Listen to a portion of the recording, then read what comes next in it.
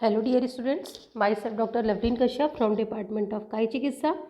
Last class में हमने topic start किया था हाइपरलिपिडेमिया और उससे कंटिन्यूशन में हमने डिसलिपिडीमिया की बात की थी, उसके डेफिनेशंस पे, उसके साइन सिम्टम्स पे और डिसलिपिडीमिया के मॉडर्न कॉज और उसके थोड़े आयुर्वेद एस्पेक्ट्स पे हमने बात की थी। आज उसी के कंटिन्यूशन में आज हम इस डिजीज़ के डायग्नोसिस और मैनेजमेंट की जो है बात करेंगे। तो यदि साइन सिम्टम्स पे से आप सस्पेक्ट करते हैं patient it is the patient of hyperlipidaemia, तो आप इसको कंफर्मेशन के लिए क्या क्या लेबोरेटरी टेस्ट कराने वाले हैं उस पर हम आज डिस्कस करेंगे। तो सबसे पहले सीरम कोलेस्ट्रॉल लेवल, ये कंप्लीट लिपिड प्रोफाइल पे आता है ये, ठीक है। तो सबसे पहले सीरम कोलेस्ट्रॉल, तो ये मोर देन 200 mg पर DL पेशेंट में मिलेगा। टोटल सीरम ट्राइग्लिसराइड पे जाएंगे आप तो ये मोर देन 150 mg पर DL मिलेगा, ठीक है। LDL लेवल जो है मोर देन 100 मिले पेशेंट पे। HDL जो है लेस देन 40 mg पर DL में मिले और VLDL जो है वो मोर देन 40 mg पर DL मिले, तो आप सस्पेक्ट आप कंफर्म करेंगे पेशेंट को। पहले तो साइन सिम्टम्स से सिर्फ आपने प्रोविजनल डायग्नोसिस बनाया था, अब फाइनल डायग्नोसिस के लिए आप इतने मार्कर पॉइंट को याद रखें। ये आपको पेशेंट में मिल रहा है तो that is the patient of hyperlipidaemia. Treatment पे अपन चले तो फर्स्ट दो क्लासिफिकेशन है इसके, नॉन फार्मेकोलॉजिकल और फार्मेकोलॉजिकल। तो हम नॉन फार्मेकोलॉजिकल मैनेजमेंट में पहले चलेंगे जो कि ज़्यादा इंपॉर्टेंट है, ठीक है। तो सबसे पहले हम अपने जो आयुर्वेद में पथ्य अपथ्य और दिनचर्या ऋतुचर्या की जो बात करते हैं, यही चीज़ें यहाँ पे भी मॉडर्न मैनेजमेंट में भी पहले नॉन फार्मेकोलॉजिकल के अंतर्गत जो है वो समाहित होती है। तो डाइटरी चेंजेस आप पेशेंट में कराएंगे जिसमें कि फाइबर रिच डाइट होगा, लो कैलोरी होगा और फैट फ्री डाइट पेशेंट को लेने को कहना है। वेट रिडक्शन पे पेशेंट के ध्यान देना है, पेशेंट की फिजिकल एक्टिविटी को बढ़ाना है, पेशेंट को रेगुलर एक्सरसाइज, योगा, प्राणायाम, ये सारी चीज़ें आपको पेशेंट को प्रिस्क्राइब करनी पड़ेंगी। और जितने भी एब्यूज़ वाला पार्ट है लाइक एल्कोहल है, स्मोक है, इन सबको पेशेंट को बंद कराने को आपको कहना होगा, ठीक है। उसके बाद डाइटरी चेंजेस पे आप चले तो हेल्दी फैट लेना है, ठीक है, जिसमें कि अनसैचुरेटेड फैट को अवॉइड करना है, जिसके अंतर्गत क्या आता है अनसैचुरेटेड फैट में रेड मीट है, सॉसेज है, ठीक है, जितने भी प्रिजर्वेटिव मीट है वो सब है और फुल फैट डेयरी प्रोडक्ट, इन सबको आपको अवॉइड करने को कहना है। फिर चूज़ लीन प्रोटीन, ठीक है। लीन प्रोटीन के अंतर्गत लाइक चिकन है, फिश है, ये सब पेशेंट को लेने को कहना है। यूज़ मोनोसैचुरेटेड फैट और फॉर कुकिंग, कुकिंग के लिए भी आपको फिल्टर्ड ऑयल यूज़ नहीं करना है। स्पेशली ध्यान रखें कि ऑयल या ऐसे कोई लाइट ऑयल का पेशेंट को यूज़ करें।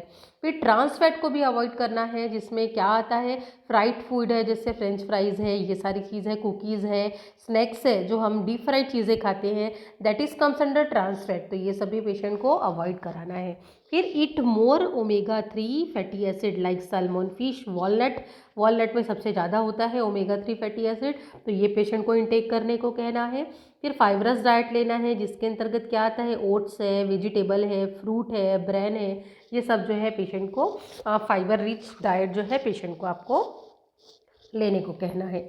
फिर फार्मेकोलॉजिकल के अंतर्गत क्लासिफिकेशन है, इस क्लासिफिकेशन में आपका सबसे पहला है HMG को एंजाइम रिडक्टेज इनहिबिटर, जिसके अंतर्गत जितने स्टैटिन्स है ना, तो इसको स्टैटिन के नाम से जाना जाता है। तो इसमें लोवास्टैटिन, सिमुवास्टैटिन, मेटास्टैटिन, प्रेवास्टैटिन, फ्लुवेस्टैटिन, एट्रोवास्टैटिन जो कि सबसे ज़्यादा चलता है, atorvastatin and the second one is rosuvastatin, अलग अलग ब्रांड के नाम से ये अवेलेबल है और ये दोनों मेडिकेशंस जो है आज के डेट में बहुत ज़्यादा यूज़ किए जाते हैं, ठीक है। Next one is fabric acid derivative, जिसमें कि क्लोफाइब्रेट, पेनोफाइब्रेट, जर्मीब्रोजिल, ठीक है, सिप्रोफाइब्रेट, बेंजाफिब्रेट और फ्लूवेस्टाटिन, ये सारे जो मेडिकेशन जो है इसके अंतर्गत आते हैं। फिर कुछ है बाइल एसिड सिक्वेस्ट्रेंट्स, जिसके अंतर्गत कॉलेस्ट्रेमाइन, ठीक है, फिर कोलेस्टिपॉल, ये सारे मेडिकेशन आते हैं। फिर है LDL ऑक्सीडेशन इनहिबिटर, जिसमें कि प्रोबुकॉल ये आता है। फिर पायरिडाइन डेरिवेटिव, जिसमें कि निकोटिनिक एसिड, निकोटिनामाइड, ये सारे मेडिकेशंस आते हैं। फिर कोलेस्ट्रॉल एब्जॉर्प्शन इनहिबिटर, जिसमें कि एजेंटेमाइड आता है और मिसलेनियस कुछ एजेंट कहे गए हैं, जिसमें कि बीटा सिटोस्टेरॉल और डेक्स्ट्रोथायरॉक्सिन, ये सब मेडिकेशन जो है यूज़ करते हैं। पर सबसे ज़्यादा जो यूज़ किया जाता है वो स्टैटिन है, जिसको हमने HMG को एंजाइम रिडक्टेज इनहिबिटर के अंतर्गत स्टडी किया। फिर अब सबसे इम्पॉर्टेंट पार्ट, आप आयुर्वेद में इस डिसलिपिडीमिया या हाइपरलिपिडीमिया को किसके अंतर्गत समाहित कर सकते हैं। तो सबसे पहले जो अपन का आता है वो है मेदो रोग। मेदो रोग के नाम से मिलेगा आपको। तो medo rog is the common term given to the disorder of medo dhatu dushti या मेदो वह स्रोतोदुष्टि जन्य विकार के अंतर्गत आप इस मेदो रोग को रख सकते हैं। Medodushti is the abnormal deposition of meda dhatu in body due to disturbance in metabolism and agnimandya. कहीं ना कहीं अजीर्ण, अग्निमांद्य, आमदोष और आमदोष के कारण मेदोदुष्टि, ये जो है आप एक बार ऐसे स्टडीज़ को कर सकते हैं। In our body lipids are mainly present as मेद, वसा एंड मज्जा। तो यदि आयुर्वेद के तरीके से आप लिपिड को देखना चाहें तो 3 फॉर्म में इसको आप समझ सकते हैं। फर्स्ट वन इज मेद, सेकेंड वन इज वसा and the third one and the last one is मज्जा। मेद, वसा, मज्जा, इन तीनों का वर्णन आपको सुश्रुत में शारीरिक स्थान में चौथे अध्याय में मिलेगा। मेद इज मेनली प्रेजेंट इन उदर बट मांस एंड बृहद अस्थि also contain some of its part. ठीक है, उसके बाद है सरक्त मेद। व्हेन मेद इज प्रेजेंट इन साइड अनुअस्थि, स्मॉल अस्थि के अंतर्गत, छोटी अस्थियों के अंतर्गत रहने वाली या अणु अस्थि के अंतर्गत रहने वाली मेद को कहा गया है सरक्त मेद। फिर है मज्जा। व्हेन मेद इज प्रेजेंट इनसाइड स्थूल अस्थि, लार्ज बोन के अंतर्गत जो प्रेजेंट होता है दैट इज कॉल्ड मज्जा। एंड द वसा is the pure form of मेद विच इज प्रेजेंट इनसाइड मांस, पेशियों के अंतर्गत होता है वसा। तो ये सारा जो रेफरेंस है आपको सुश्रुत शारीर अध्याय 4 में मिलेगा। तो सरक्त या छोटी अस्थियों में मिलने वाला सरक्त मेद है, ठीक है, बड़ी अस्थियों में मिलने वाला मज्जा है, और वसा कहाँ प्रेजेंट रहेगा, आपके पेशियों या मांस धातु के अंतर्गत। ठीक है, मेद के कॉन्सेप्ट की अपन बात करें तो 2 प्रकार के मेद की गणना आयुर्वेद में की गई है, बद्ध मेद एंड अबद्ध मेद। सबसे पहले हम चले बद्ध मेद की तरफ। इट इज इसको मॉडर्न में किससे रिलेट कर सकते हैं आप, स्ट्रक्चरल लिपिड या फिर एलिमेंट कांस्टेंट। ठीक है, it remains constant even under extreme of starvation. Cytoplasm and cell membrane of the organs are composed of it so that their fat content does not diminish in starvation. Composed chiefly of phospholipids, remains as integral part of the cell protoplasm and essential for life. बद्ध मेद को बहुत ही महत्वपूर्ण कहा गया है। ये जो है आप जब स्टार्वेशन में, फास्टिंग में होते हैं तो आपके बॉडी को एनर्जी प्रोवाइड करता है और ये आपके शरीर के लिए महत्वपूर्ण होता है। नेक्स्ट वन इज अबद्ध मेद, एलिमेंट वेरिएबल कहा गया इसको। It present mostly in the so called fat deposit और adipose tissue. It remains as free form and represent stored energy, composed chiefly of neutral fat. It is not static but in a continuous state of change due to its continuous synthesis and breakdown in the body. मेद धातु 2 type की कही गई है, पोष्य मेद धातु and the second one is पोषक मेदो धातु। पोष्य मेदो धातु विच गेट्स नरिशमेंट, ठीक है, स्थायी। बद्ध धातु अनमूवेबल कहा गया है, पोष्य, ठीक है।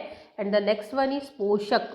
पोषक मेदो धातु ये नरिशमेंट के लिए कहा गया है, जिसको अस्थायी या अबद्ध कहा गया, ठीक है। ये मूवेबल है, circulate in the body along with रस, रक्त धातु टू गिव नरिशमेंट टू पोष्य धातु। तो पहला है पोष्य और दूसरा है पोषक, ठीक है।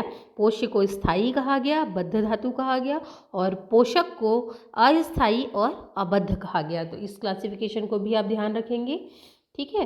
तो ये हो गया आपका आयुर्वेद में जो हम लिपिड, फैट या फिर डिसलिपिडीमिया, हाइपरलिपिडीमिया, इन सबको कहाँ रख सकते हैं। तो ये हम मेदोवह स्रोतोदुष्टि जन्य विकार के अंतर्गत हम जो है इसको समाहित जो है वो कर सकते हैं, ठीक है। तो पोष्य और पोषक, बद्ध और अबद्ध मेद धातु, इन सबको जो है आप ध्यान रखेंगे। उसके बाद नेक्स्ट हम इस डिसलिपिडीमिया या हाइपरलिपिडीमिया के आयुर्वेद मैनेजमेंट का जो प्रोस्पेक्टस है उसको हम इसके दुष्टिजन्य विकार जब हम स्थौल्य पढ़ेंगे उसके साथ जो है हम इसका जो ट्रीटमेंट या मैनेजमेंट प्रिंसिपल है आयुर्वेद के अकॉर्डिंग वहाँ पे हम इसको डिस्कस करेंगे, ठीक है।